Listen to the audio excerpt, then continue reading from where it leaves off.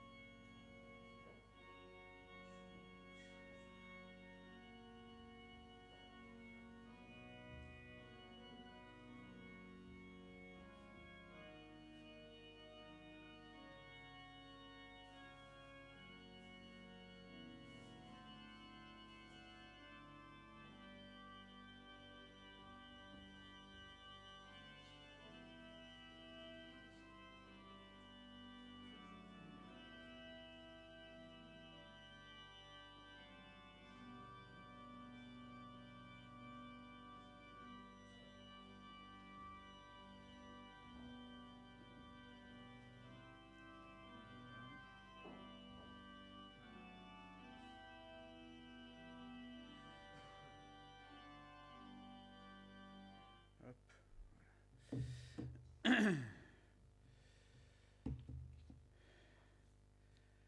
Voici venu le temps du rendez-vous avec nous-mêmes, dans l'attente de la rencontre avec Dieu. Rencontrer Dieu, c'est se convertir, être capable de changement. Qu'importe le regard des autres, qu'importe aussi leur jugement, c'est au plus secret de nous-mêmes que se réalise l'inexprimable, la rencontre avec Dieu, la réconciliation avec Dieu, qui nous affirme à travers le temps et l'espace que la grâce et la paix nous sont données de la part de Dieu notre Père et de Jésus-Christ notre Seigneur.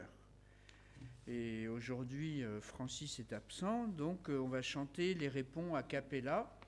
Je vous invite à vous lever. Ils sont simples. Heureusement, j'ai choisi des chants simples pour la liturgie. Donc, voilà. Tournez les yeux vers le Seigneur et rayonnez de joie. Chantez son nom de tout votre cœur. Il est votre Sauveur. C'est lui votre Seigneur. J'ai cherché le Seigneur. Ah oui, faut pas que je... Il m'a écouté. Il m'a guéri de mes peurs. Et sans fin je le louerai. Tournez les yeux vers le Seigneur et rayonnez de joie. Chantez son nom de tout votre cœur. Il est votre Sauveur. C'est lui votre Seigneur.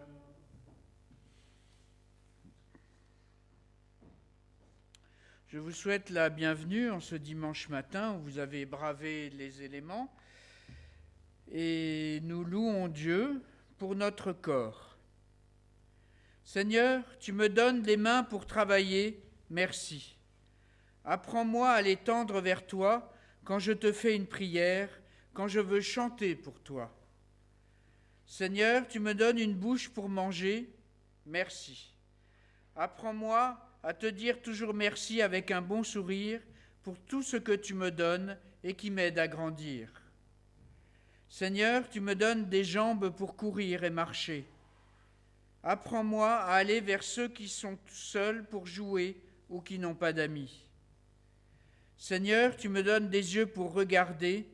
Apprends-moi à voir autour de moi ce que je peux faire pour donner de la joie.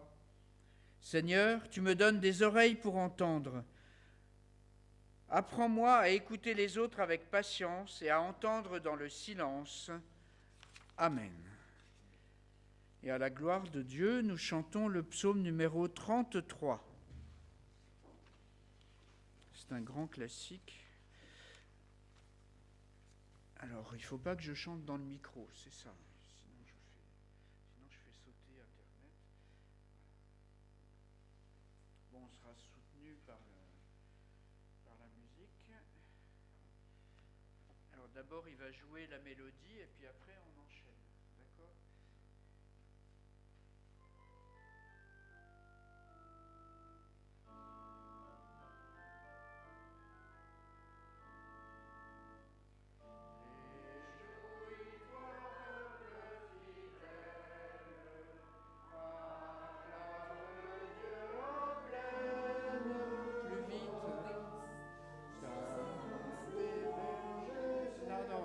Depuis le début, excusez-moi, mais bon, vous avez l'air dans la tête maintenant, vous le connaissez. Bon. Réjouis-toi, peuple fidèle, acclame Dieu en pleine voix, sa louange espérante et belle, dans la bouche des hommes droits. Sur un air de fête, sonnent les trompettes pour un chant nouveau. Les cordes, les cithares, les voix les plus rares, les sons les plus beaux. Ta parole agit sur la terre, avec droiture et vérité, partout son œuvre de lumière, y fait rayonner ta bonté, que ta voix résonne, le chaos s'ordonne, le ciel resplendit, source et rivière, arrose la terre, le désert fleurit. Tu brises l'orgueil des puissances, et tous leurs plans sont renversés. Mais tu poursuis sans défaillance les projets que tu as formés. Si cherchant sa route, un peuple t'écoute, il vivra heureux, il verra les signes qui déjà désignent la cité de Dieu. Là, je vous invite à vous asseoir. Quand il y a marqué un temps pour une blanche, ça veut dire qu'il faut chanter vite. Voilà, si je peux me permettre. Voilà. Bon. Vox clamante in desierto. En présence de Dieu le seul saint, nous nous présentons devant lui. Ô Seigneur, ta joie éclate dans la création et nous ne la voyons pas. Ton Fils vient parmi nous et nous ne le recevons pas. Ton esprit souffle sur nous et nous ne l'entendons pas. Tu nous parles et nous ne répondons pas. Tu nous aimes et nous ne voulons pas le savoir. Tu nous sauves et il semble que cela nous importe peu. Nous voici maintenant devant toi tels que nous sommes. Aide-nous à saisir ton pardon, à accepter cette libération et à vivre dans ta joie avec et pour nos frères. Amen.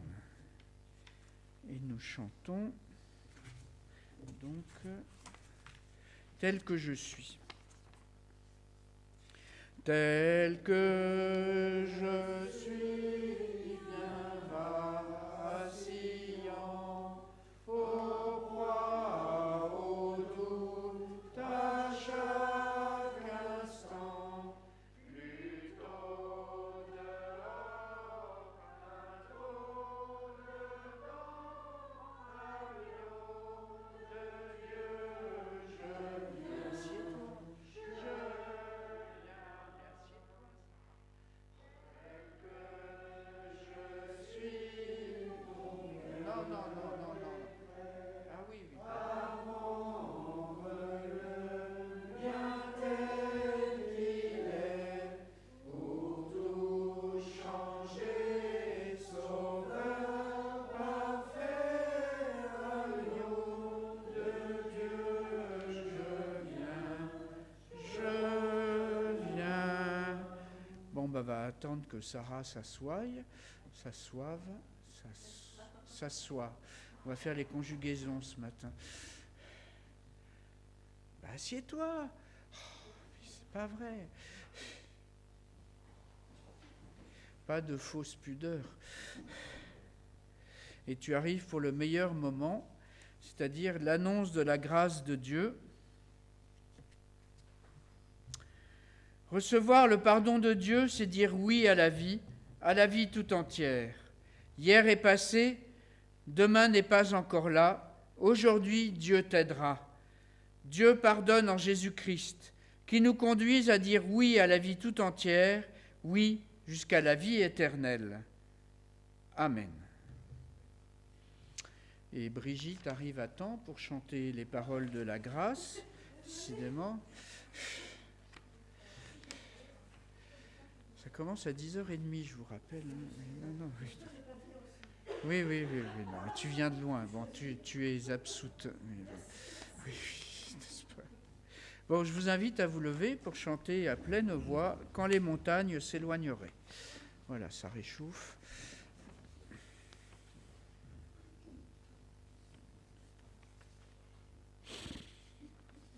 Bon, on va la laisser trouver sa liturgie. Ouais. C'est bon.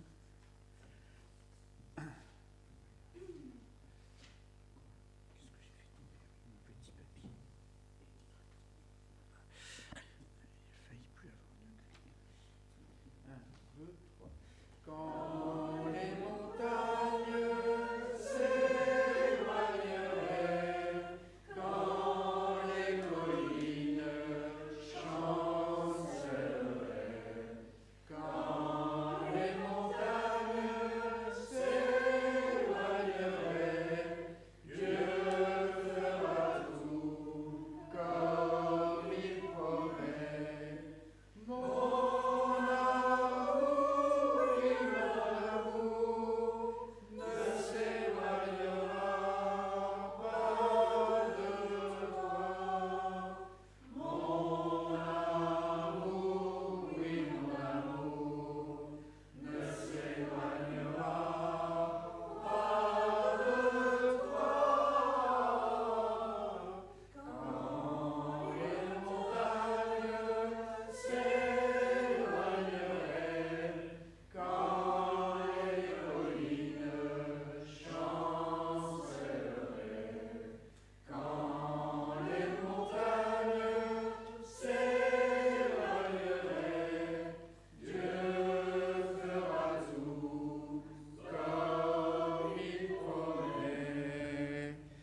Invite à vous asseoir.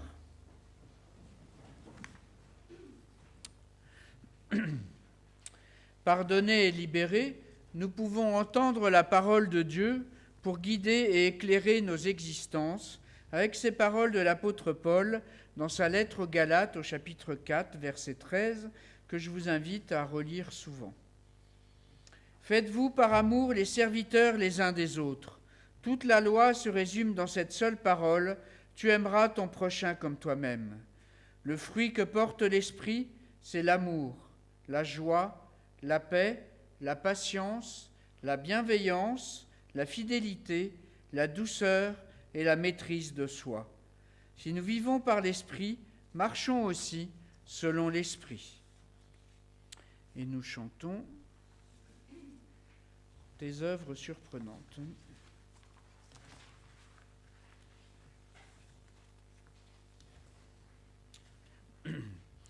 Tes œuvres surprenantes ont réjoui mon cœur, et je dirai, Seigneur, leur sagesse étonnante.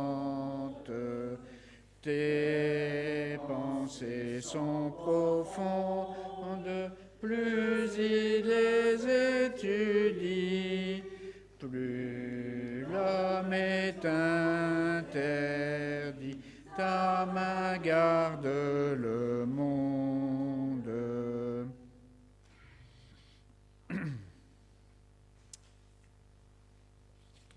Seigneur, garde-nous de nous croire arrivés, de nous croire possesseurs de ta vérité. Rends-nous disponibles pour une recherche toujours plus profonde de ton évangile et que jamais le passé ne nous enferme, mais que ton esprit nous mette en marche et fasse de nous des vrais enfants d'Abraham. Amen. Et Marie-Claude va lire.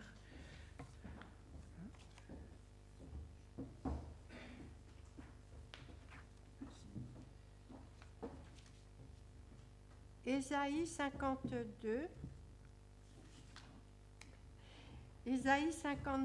de 7 à 10. Qu'ils sont beaux sur les montagnes les pieds du messager de bonnes nouvelles, qui publie la paix du messager de très bonnes nouvelles, qui publie le salut, qui dit à Sion, ton Dieu règne. C'est la voix de tes sentinelles, elles élèvent la voix. Elles poussent ensemble des cris de triomphe, car de leurs propres yeux, elles voient l'Éternel revenir à Sion. Éclatez ensemble en cris de triomphe, ruines de Jérusalem, car l'Éternel console son peuple, il rachète Jérusalem. L'Éternel découvre le bras de sa sainteté aux yeux de toutes les nations, et toutes les extrémités de la terre verront le salut de notre Dieu.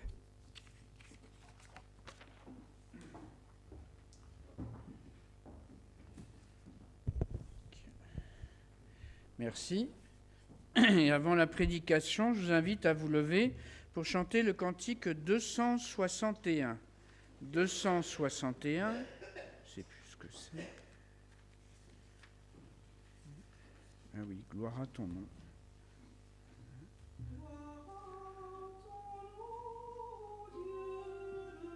Attends, je passe la musique d'abord. Oui. Non, mais pour qu'il l'ait... Ah bah oui, voilà, tu vois.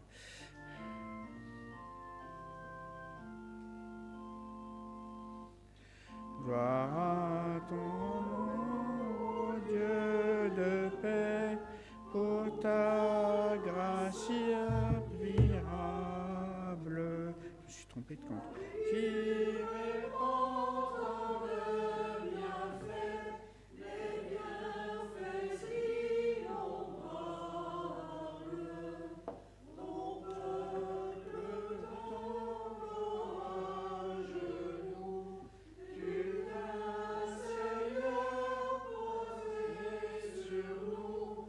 Ton regard favorable, gloire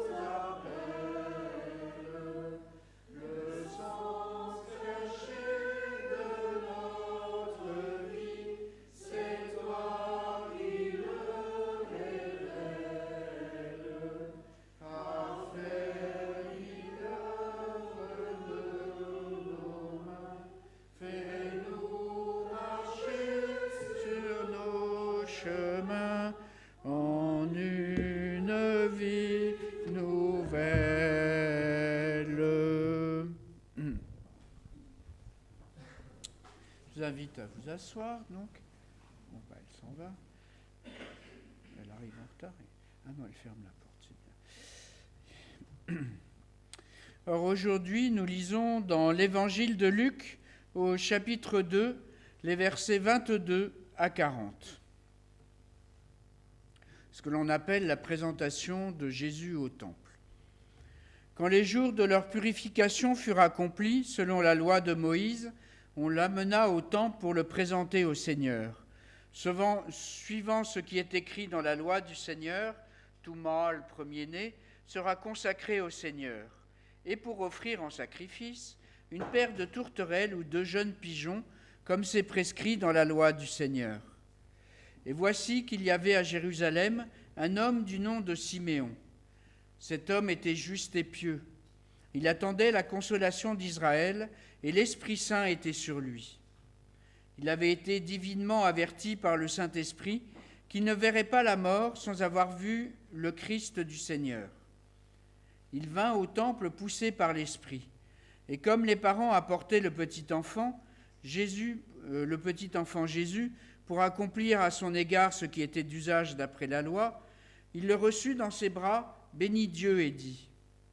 Normalement, là, on devrait chanter le cantique de Siméon. Maintenant, Maître, tu laisses ton serviteur s'en aller en paix selon ta parole.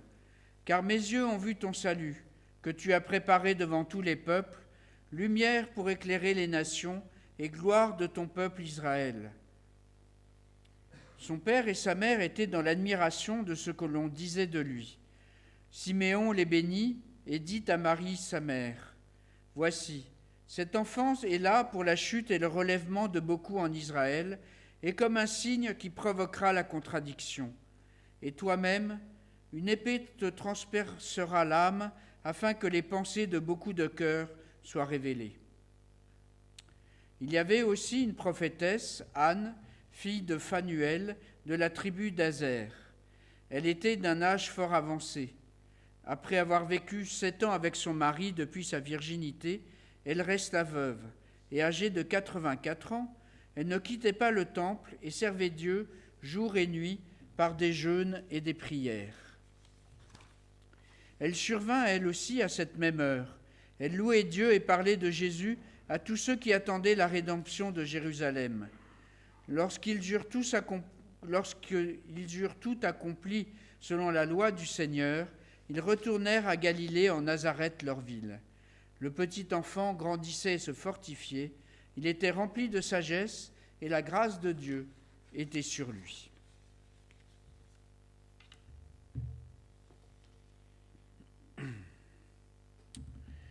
Alors, le titre pour Internet, si tu veux, Jean-Christophe, ça sera Tradition et modernité. Voilà, tradition et nouveauté. Bon, voilà. Puisque je commence par ça. Lorsque l'on est pasteur, on reçoit souvent du courrier de nombreux organismes à qui on n'a rien demandé. C'est souvent pour avoir de l'argent, c'est souvent pour vous inviter à des choses, etc. Bon. Et puis, dans une paroisse précédente, j'avais trouvé dans ma boîte aux lettres une invitation d'un organisme d'origine américaine d'évangélisation qui s'appelle Jeunesse pour Christ, Youth for Christ, avec l'accent. Je ne sais pas si vous connaissez, qui voulait inviter le groupe de jeunes de la paroisse, fallait-il encore qu'il y ait un groupe de jeunes dans la paroisse, à un tournoi de football en salle dans le cadre de l'opération Foot pour Jésus. Yeah. Bon, alors personnellement, je me pose encore et toujours la question de savoir ce que le foot a à voir avec le christianisme. À mon sens, c'est plutôt un contre-exemple total des valeurs du christianisme. Enfin bon, ça n'engage que moi. Mais plus encore, cette invitation me pose la question de savoir si pour attirer, entre guillemets, et séduire, quel terme horrible, les fameux jeunes, il faut proposer tout et n'importe quoi. À notre époque, vous le savez, tout le monde court sans fin après les jeunes. Associations, clubs de foot, églises, partis politiques, etc., etc. Faut-il faire des clubs rock'n'roll ? J'ai vu sur le site de Jeunesse pour Christ qu'ils intervenaient au Hellfest Festival en Bretagne. C'est le festival de hardcore metal, voilà, qui a lieu chaque année. Est-ce qu'il faut mettre le feu à l'orgue, au cantique, et balayer toute l'histoire et la tradition de nos églises pour être attractif? Personnellement, je ne suis pas un adepte de la pédolâtrie actuelle. Pédolâtrie, ça veut dire adorer la jeunesse, voilà, se prosterner devant elle et faire tout ce qu'elle veut. C'est pourquoi j'aime bien relire ce texte de Luc. D'abord, parce qu'il est beau et émouvant, et aussi parce qu'il pose la question du rapport entre tradition et nouveauté. Pourtant, ça commence bien. Luc nous montre des parents de Jésus qui sont des Juifs bien pieux, bien pratiquants, puisqu'ils viennent au temple de Jérusalem pour accomplir les rites de la naissance qu'impose la religion d'alors. Marie était impure à cause de l'accouchement. Il y avait eu du sang qui avait été répandu, donc il y avait après une période de purification. Et pour marquer la fin de cette période, comme d'habitude, il fallait passer à la caisse et faire un sacrifice au temple. Voilà. Et là, ils vont rencontrer deux personnages qui représentent un peu tout Israël, Siméon et Anne. Cet homme et cette femme, vous l'avez entendu, ce ne sont pas des révolutionnaires. Ils ne prétendent pas réformer la religion israélite en profondeur. Au contraire, on dirait aujourd'hui qu'ils sont des traditionalistes. Ils respectent les commandements et les institutions. Dans nos paroisses, ils feraient partie de ceux que l'on appelle le noyau dur des croyants pratiquants, un peu comme vous ce matin. Notre paroisse est censée avoir combien de membres? Je ne sais plus. 90 foyers inscrits, voilà à peu près. Ils ne sont pas tous là ce matin. Vous êtes toujours là tous les dimanches. Merci d'être là. Et je voudrais surtout rendre hommage à la fameuse Anne. Oui, notre Église aurait déjà disparu depuis longtemps sans la présence fidèle et discrète de toutes les Annes. Je vous rappelle que Anna, en hébreu, ça veut dire la gracieuse, celle qui porte la grâce. C'est joli comme prénom, qui font vivre les paroisses. Mais voilà, c'est du cœur même de la tradition la plus imposante, le temple de Jérusalem quand même, que la nouveauté va surgir. Et c'est là où il faut bien savoir définir les termes. J'ai dit qu'à mon sens, Siméon et Anne étaient des traditionalistes, mais pour moi, j'ai pas dit intégriste, attention, mais pour moi, ce n'est pas un terme négatif ou injurieux. Au contraire. Tradition, cela vient du latin tradire, donner à travers, remettre, en quelque sorte transmettre. Cela veut dire que l'on n'est pas immobile, on est toujours en marche sur un chemin qui a été ouvert, commencé à être tracé il y a bien longtemps par nos ancêtres dans la foi. C'est un chemin qui est jalonné d'étapes reposantes et fortifiantes, et il nous donne une identité ouverte, une force intérieure qui nous permet d'avancer. C'est un peu comme faire le pèlerinage de Saint-Jacques de Compostelle. Être en chemin, perpétuellement en chemin, cela transforme intérieurement. Mais, et c'est la différence avec les intégristes, comme nous sommes guidés par l'Esprit de Dieu, c'est un chemin qui ne tourne pas en rond. Ce n'est pas une boucle infinie qui veut répéter le passé. Au contraire, l'Esprit de Dieu ouvre ce cercle et empêche qu'il se referme. Car sinon, l'on arriverait à l'opposé de la vraie tradition, on deviendrait conservateur. Nous finirions enfermés dans une boîte de conserve, vivant en vase clos, sans aucune ouverture vers l'extérieur, en nous croyant à l'abri du monde. Mais attention, sur toutes les boîtes de conserve, vous le savez heureusement, il y a une date limite de consommation, et ce qu'elle contient devient immangeable et dangereux. Alors on la jette sans rien pouvoir récupérer. Et c'est le grand danger qui guette notre foi et nos églises, la tentation de l'immobilisme et du conservatisme quand on ne sait même plus pourquoi on fait les choses. Si un jour vous allez à Jérusalem, vous visiterez peut-être l'église du Saint-Sépulcre, et cette église, c'est comme un gâteau, voilà. d'anniversaire, il a été découpé entre toutes les dénominations chrétiennes possibles et inimaginables qui ont chacune une part du gâteau et doivent l'entretenir. Et on m'a raconté que, par exemple, dans la partie qui appartient à l'église, c'est quoi? C'est l'église éthiopienne, voilà, donc il y a une part. Il y a un petit toit, et sur ce toit, il y a une échelle, et elle est là depuis des siècles et des siècles, parce que personne n'ose l'enlever, parce que ça ferait un accident diplomatique. Personne n'ose monter sur le toit pour retirer cette échelle qui ne sert strictement à rien. Elle ne débouche sur rien, mais elle est là depuis des siècles, alors donc on n'y touche pas. Voilà, donc c'est la tradition, enfin c'est pas la tradition, on a toujours fait comme ça, alors on va continuer à la laisser jusque-là. Oui, ce conservatisme, cet immobilisme, malheureusement, cela peut être une tendance très forte dans nos églises. Alors moi, je suis un pasteur naïf, et quand j'arrive dans une paroisse, je pose la question, pourquoi est-ce qu'on fait ça? Et alors là, si vous voulez me voir piquer une crise, devenir rouge vif, près de l'explosion, je ne supporte pas que l'on me réponde « je ne sais pas, on a toujours fait comme ça ». Alors là, je tombe à la renverse. Car c'est extrêmement énervant à entendre pour un protestant. Le protestantisme, je vous le rappelle, c'est un mouvement. Ecclesia reformata semper reformanda, une église réformée, toujours à réformer. Voilà ce qu'on doit graver sur la porte du temple de la Roche. Et voilà qu'au cœur du temple de Jérusalem, eh bien, une bouffée d'air frais va souffler.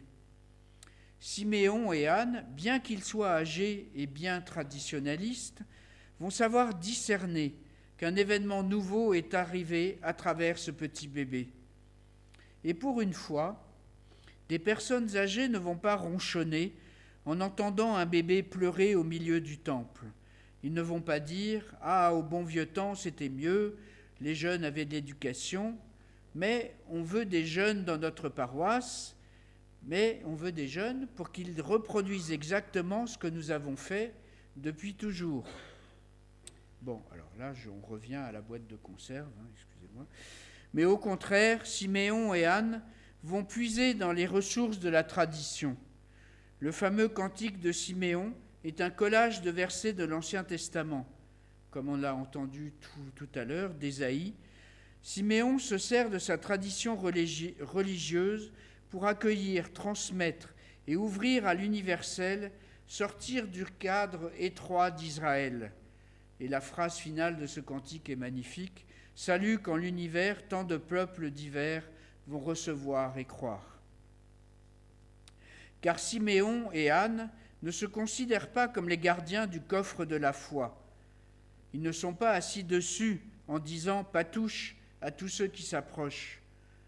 J'ai vécu ça dans certains conseils presbytéraux où ils étaient 9 à être assis sur le coffre, voilà, et il ne fallait surtout rien changer. Au contraire, ils ouvrent le coffre, ils partagent ce qu'ils ont reçu et ils transmettent l'espérance qui les anime et les a fait vivre. Et alors, ils peuvent s'en aller en paix, sans aigreur, sans regret du passé. Ils peuvent passer le relais. Ils ont accompli leur rôle de croyants, faire un bout de route avec ceux qui vont devoir explorer de nouveaux chemins et leur transmettre le bagage nécessaire pour continuer la route. Un bagage qui n'est pas un fardeau qui écrase et empêche d'avancer, mais un fardeau léger, comme dira le Christ plus tard. Ainsi, le Christ, dès sa naissance, dès sa jeunesse, dès sa petite enfance, est placé au cœur de la tradition d'Israël, avec un grand T. Il en reçoit ce qu'il y a de plus positif à en tirer, le message d'ouverture à l'amour de Dieu. Et tout au long de son ministère, il ne cherchera pas à créer une nouvelle religion, mais il va réinterpréter, reprendre toute la tradition d'Israël pour ouvrir un nouveau chemin vers le Père. Alors, à mon avis, vous pouvez me jeter des tomates à la sortie en me traitant de vieux crouton, il n'y a pas de contradiction entre tradition et nouveauté. Les deux sont nécessaires et souhaitables, chacun tirant de l'autre ce qui est nécessaire. Nous, croyants pratiquants, Soyons patients et ne nous considérons pas comme les gardiens du temple auquel personne ne doit toucher. D'ailleurs, dans notre paroisse, il va falloir prendre des grandes décisions concernant nos bâtiments. Marie-Pierre blêmit déjà. Et en conclusion, je voudrais citer les paroles d'un grand poète américain contemporain, il est mort, qui s'appelle Robert Bly, qui avait consacré toute une partie de son œuvre à montrer que ce qu'il appelle le vieil homme et le jeune homme sont complémentaires dans une société américaine obsédée par le jeunisme et en même temps extrêmement, totalement conservatrice, comme on peut le voir à l'heure actuelle. Voilà ce qu'il dit, et c'est un très beau texte. « Certains ne fréquentent que l'homme jeune, et ils ignorent le courage du vieil homme, sa sombre passion, son amour de la culture passée, sa discipline, sa profondeur. Ils sont obsédés par la nouveauté en tout. D'autres, à l'inverse, ne fréquentent que le vieil homme et se coupent de l'homme jeune et de son humus créatif, de sa lumière, de son idéalisme. Ils deviennent arrogants, solitaires, secs, raides. La profondeur du sentiment tient à l'harmonie de l'homme jeune et du vieil homme. Et tout au long de sa vie, le Christ, dans son être profond, arrivera à concilier l'homme jeune et le vieil homme pour un travail commun, annoncer la bonne nouvelle, l'évangile de la grâce. Amen.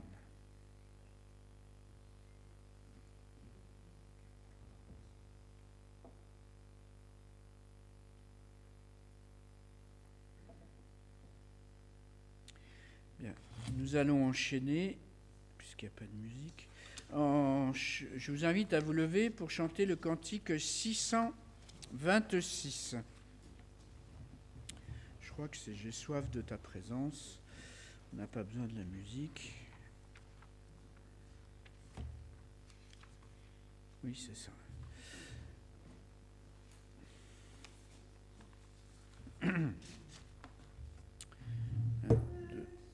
Soif de ta présence, divin chef de ma foi, dans ma faiblesse immense, que ferais-je sans toi? Chaque jour, à chaque heure, oh, j'ai besoin de moi. Viens, Jésus, et demeure auprès de moi. Pendant les jours d'orage, d'obscurité, d'effroi, que faiblit mon courage, que ferais-je sans toi? Chaque jour, à chaque heure, oh, j'ai besoin de toi. Viens, Jésus, et demeure auprès de moi. Oh, Jésus, ta présence, c'est la vie et la paix dans la souffrance et la vie à jamais. Chaque jour, à chaque heure, oh, j'ai besoin de toi. Viens, Jésus, et demeure auprès de moi. Je vous parlais de tradition et nouveauté. Nous allons partager une confession de foi qui a été écrite par un groupe de jeunes, justement. Voilà. Jésus, je crois en toi. Je crois que tu es un homme du même sang que nous, de la même douleur, du même effort, de la même espérance. Je crois que tu es le Fils de Dieu, l'image et la présence du Dieu suprême et mystérieux qui a fait l'univers et le soutient. Je crois que tu es mort, crucifié par notre faute, et que tu es proche de tous les suppliciés, que tu es ressuscité réellement et mystérieusement, et que tu vis pour toujours, présent chaque jour dans ton royaume et dans notre existence. Par toi, Je crois que le Dieu infini est pour nous un Père plein d'amour. Par toi, je crois que l'Esprit de Dieu, l'Esprit Saint, agit sur la terre où et quand il veut, assemble les croyants, éclaire l'Évangile et nous annonce notre résurrection, le renouvellement du monde et la vie éternelle dans la justice et la joie de Dieu. Jésus, j'espère en toi. Amen. Et nous chantons « Gloire soit au Saint-Esprit ». Gloire soit au Saint-Esprit, gloire soit à Dieu le Père, gloire soit à Jésus-Christ, notre Sauveur, notre Frère, son immense charité.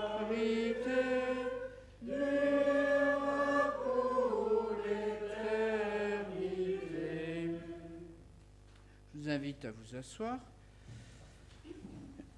C'est le moment des annonces. C'est... Oui, 2 secondes. Oui. Ah ben non, tu veux les faire toutes. Oui, voilà. Alors, avant de faire les annonces pour cette semaine, non. Je vais faire une annonce que j'ai faite déjà donc dimanche dernier à l'issue du culte au Sables d'Olonne. Voilà, donc comme vous le savez, notre association cultuelle est propriétaire des 2 temples, le temple des Sables d'Olonne et le temple de la Roche-sur-Yon, ainsi que le presbytère. Et ces bâtiments ont besoin d'énormément d'entretien et de rénovation. Au niveau du temple des Sables, donc il y a eu déjà récemment, l'année dernière, des fissures qui ont été réparées. Il y a toujours des infiltrations d'eau un peu inquiétantes. Il y a à nouveau des fissures qui se forment, cette fois-ci au niveau du plafond. Le mur aussi cloque énormément. Enfin, ce n'est pas des petites cloques, hein, c'est des grosses cloques. Bon, bref, beaucoup d'entretien. Au niveau du temple ici de La Roche-sur-Yon, c'est pareil. On a commencé un projet global concernant donc l'isolation, le chauffage, hein, puisque les convecteurs gaz ne sont plus aux normes, l'isolation, la ventilation et la toiture aussi qui nécessite une réparation. On a eu à 2 reprises, on a déjà fait réparer, il y avait déjà des ardoises qui s'étaient cassées ou envolées, enfin il y avait des fuites au niveau du grenier, ça a été réparé. À nouveau, il y a eu des fuites. Bon, tout ça pour vous dire que c'est une charge. La salle paroissiale, oui, enfin voilà, c'est un projet global, on va dire. Les devis qui ont été demandés, je ne vous le cache pas, se chiffrent en plusieurs dizaines de milliers d'euros. Et voilà, nous n'avons évidemment pas le budget, notre petite communauté n'a pas le budget pour financer ces travaux sans aide financière. Fabrice vous a déjà un petit peu sollicité pour qu'on construise un projet d'église, parce que si on veut demander des subsides et une aide financière au niveau de la région, parce qu'il faut passer par la région, puis après par le niveau national, on a besoin d'avoir un projet d'église. On va s'y mettre. Bon, tout ça pour vous dire aussi que même si on a une participation financière au niveau de la région, ça ne couvrira évidemment jamais la totalité des travaux. Cette année, pour la première fois depuis que je suis présidente, nous n'avons pas honoré notre contribution financière à la région. Je vous rappelle que donc chaque année, on a une contribution à payer, qu'on ait ou pas un pasteur en poste. Chaque association locale, chaque église locale doit contribuer. Enfin, cette participation abonde un fonds qui permet en fait, de payer les pasteurs. Oui, enfin, entre autres. Alors, voilà, donc, il est important d'envisager, et nous le ferons lors de l'Assemblée générale, il faut commencer à se poser des questions sur l'avenir de nos temples. Et je lance le pavé dans la mare, plouf. Une des options est d'envisager la vente du temple des Sables d'Olonne. Alors, c'est une option, hein, ne levez pas les bras au ciel, mais voilà, ce sera dans la discussion, dans le débat au moment de l'Assemblée générale. Voilà. Voilà. Donc, commencez à réfléchir. On laisse pas le... Voilà, c'est déjà dans les tiroirs. Voilà, c'est une réflexion. Ouais, ouais, ouais.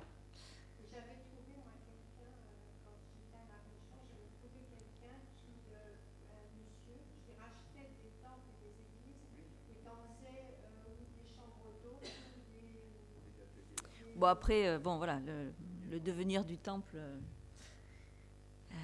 est en suspens, on va dire. Concernant donc les annonces pour cette semaine, réunion du conseil presbytéral mercredi soir à 19h ici.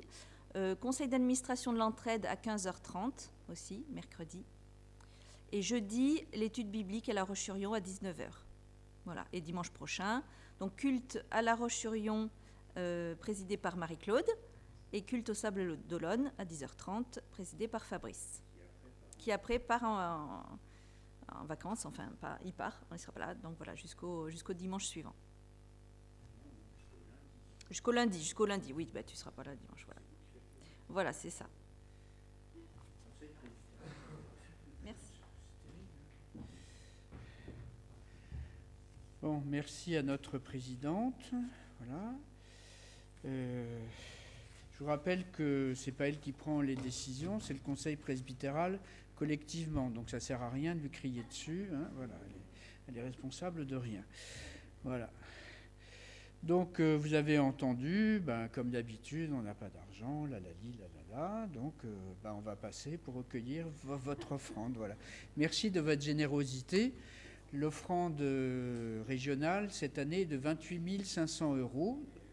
Donc si vous voulez faire un chèque de 28 500 €, ça sera avec plaisir. Voilà.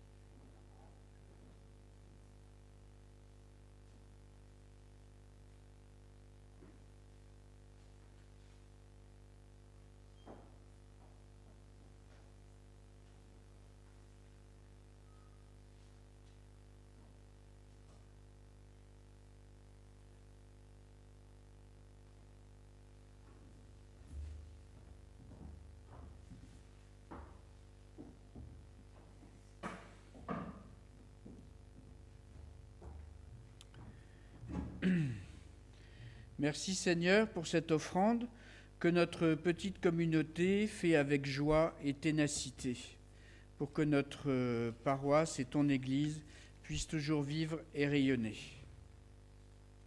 Et avant la prière d'intercession, je vous invite à chanter, donc c'est pour se remettre un peu dans l'esprit, « Ô prends mon âme ».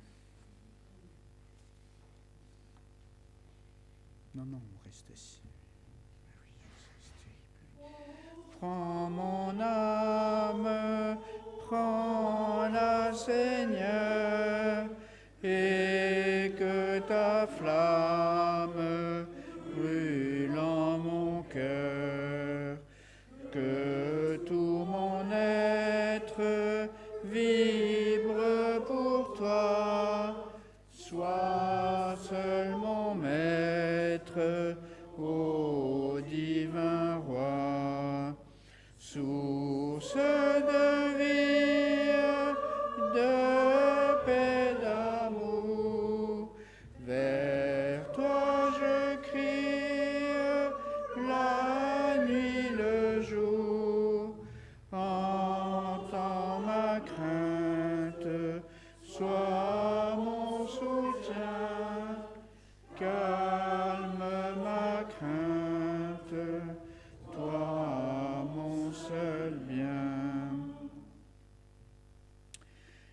nous unissons dans la prière d'intercession pour le monde qui nous entoure. Seigneur, toi qui nous commandes d'aimer de ton amour, triomphe de tout ce qui nous divise, afin que nous pardonnant les uns aux autres, nous t'adressions d'un même cœur notre prière. Toi qui aimes le plus petit de nos frères, nous te prions pour les pauvres, les affligés, les malades, les mourants, les prisonniers, les isolés, les victimes de la guerre, de l'injustice et du désordre, et pour tous ceux qui souffrent. Nous te prions aussi pour ceux qui nous sont chers, pour ceux que nous avons du mal à aimer. Tu les confies tous à notre prière, nous te les nommons dans le silence de notre cœur.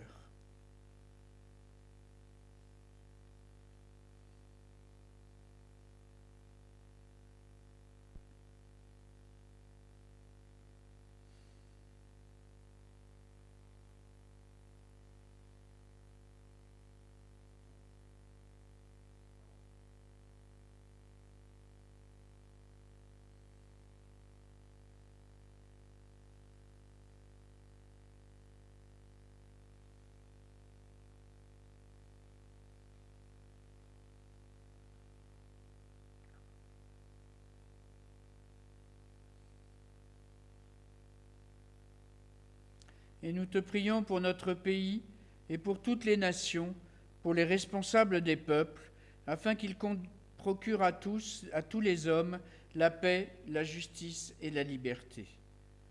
Veille sur ton Église, fortifie sa foi, son espérance et son amour pour tous les hommes. Libère-la de ses compromissions, donne-lui la volonté de chanter tes louanges, de chercher son unité, de combattre pour la justice. Veuille te servir de nous, Seigneur, nous voici devant toi pour faire ta volonté. Et nous nous unissons dans la prière que le Christ nous a enseignée. Notre Père qui es aux cieux, que ton nom soit sanctifié, que ton règne vienne, que ta volonté soit faite sur la terre comme au ciel. Donne-nous aujourd'hui notre pain de ce jour. Pardonne-nous nos offenses, comme nous pardonnons aussi à ceux qui nous ont offensés. Et ne nous laisse pas entrer en tentation, mais délivre-nous du mal, car c'est à toi qu'appartiennent le règne, la puissance et la gloire, pour les siècles des siècles. Amen.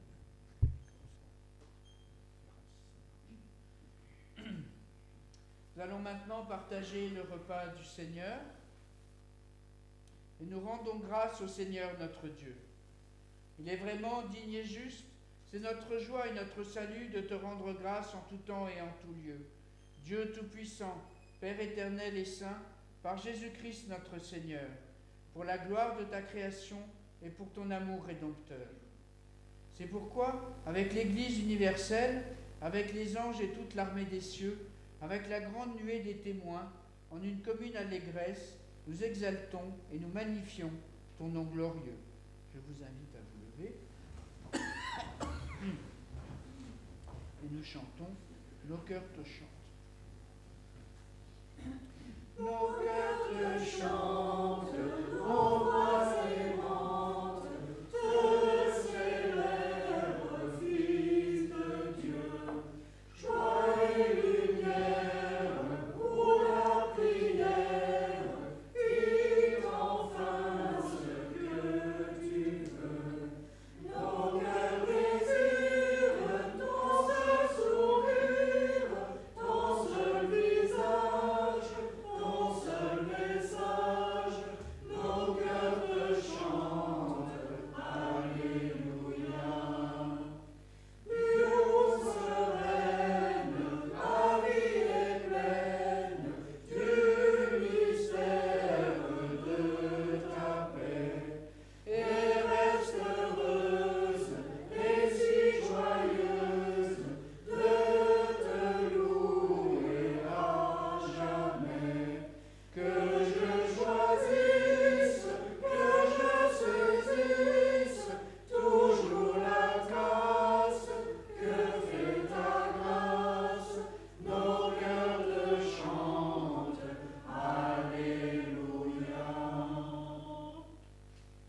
et nous faisons mémoire des paroles du Christ.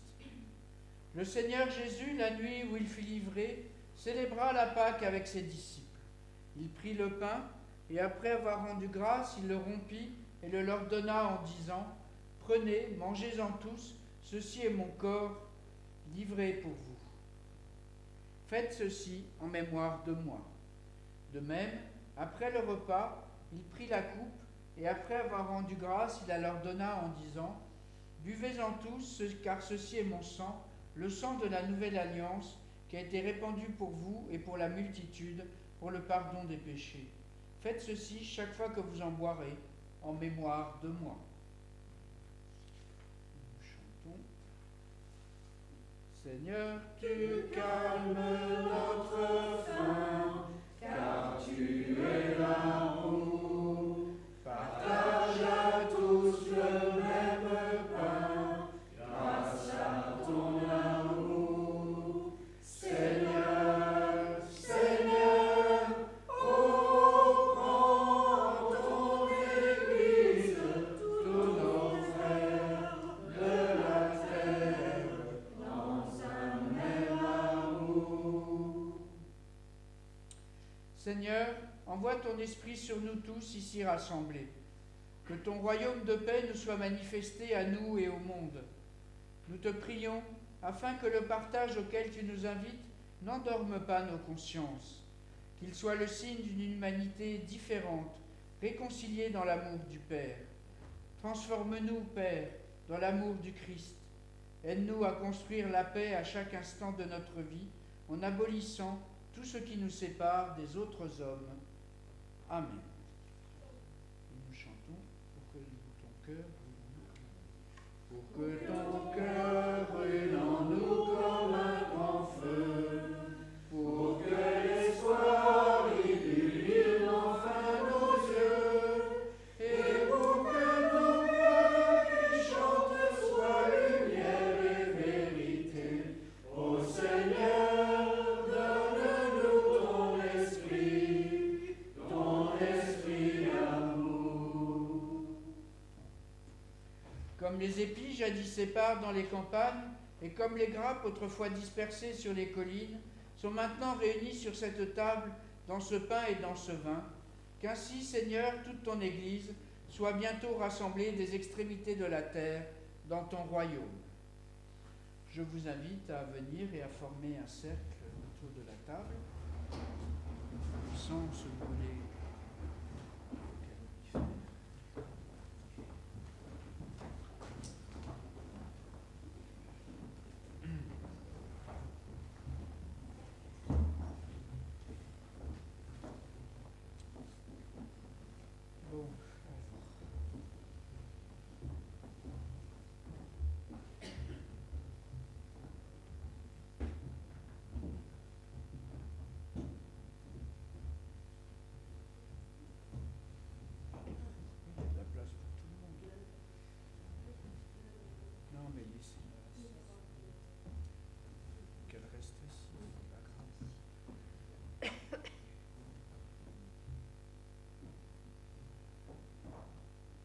Alors, j'ai bien compris, le vin c'est là, et le jus de raisin c'est ça. Non, c'est le contraire. Non, c'est le contraire, le raisin il est là. Ah, le raisin est là et le vin est là. Et là aussi. Et là. Oui, voilà, c'est les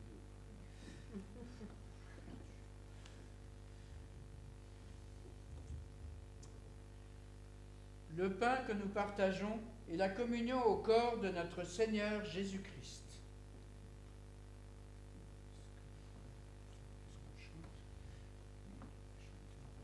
À toi la gloire, ô ressuscité, à toi la victoire pour l'éternité, brillante lumière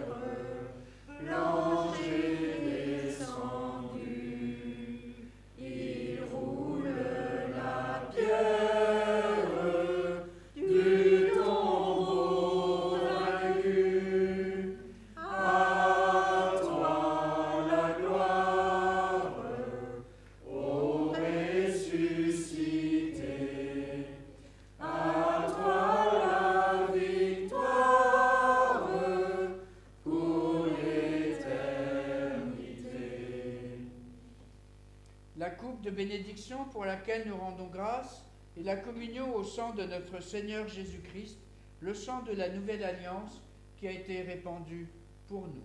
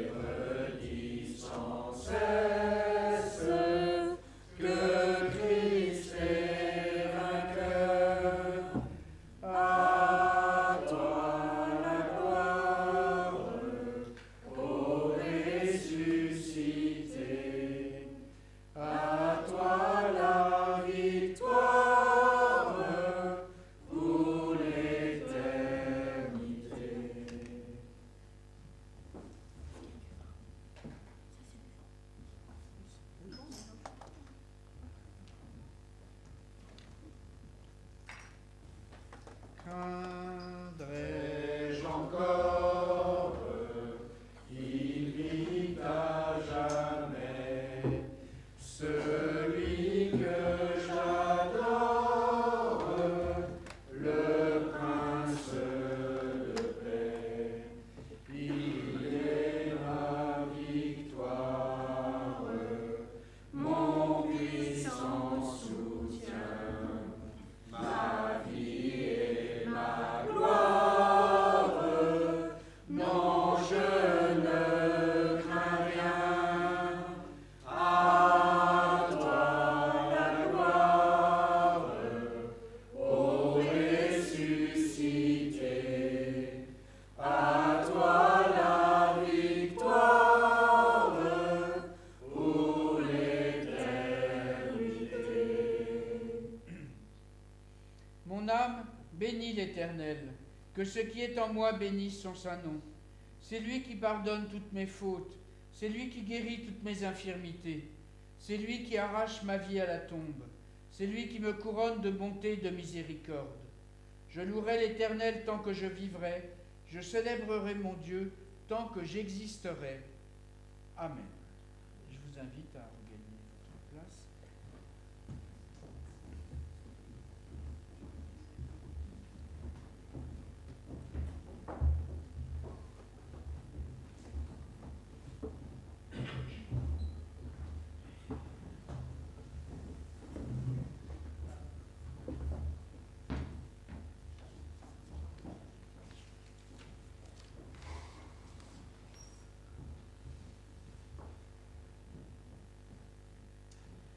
Dieu nous envoie dans le monde pour être des témoins de son espérance par nos actes et nos paroles. À toutes les bonnes et les mauvaises excuses que nous inventons pour ne pas vivre l'Évangile, il répond simplement « Va, je suis avec toi ». Allons maintenant annoncer l'Évangile en parole et en acte. Je vous invite à vous lever pour recevoir la bénédiction de la part de Dieu. Que le Dieu de l'espérance nous remplisse de toute joie et de toute paix dans la foi, afin que nous débordions d'espérance par la puissance de l'Esprit. Amen. Et nous chantons donc.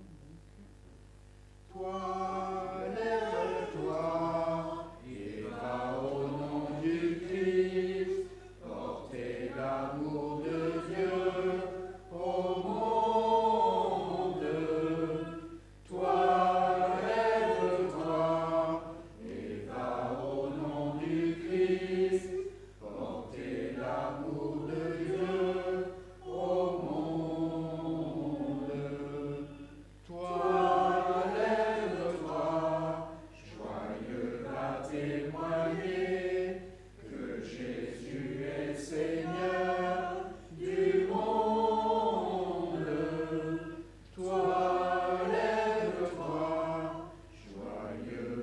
témoigner que Jésus est Seigneur du monde. Voilà, bon dimanche à tous et à la semaine prochaine au sable et à la roche.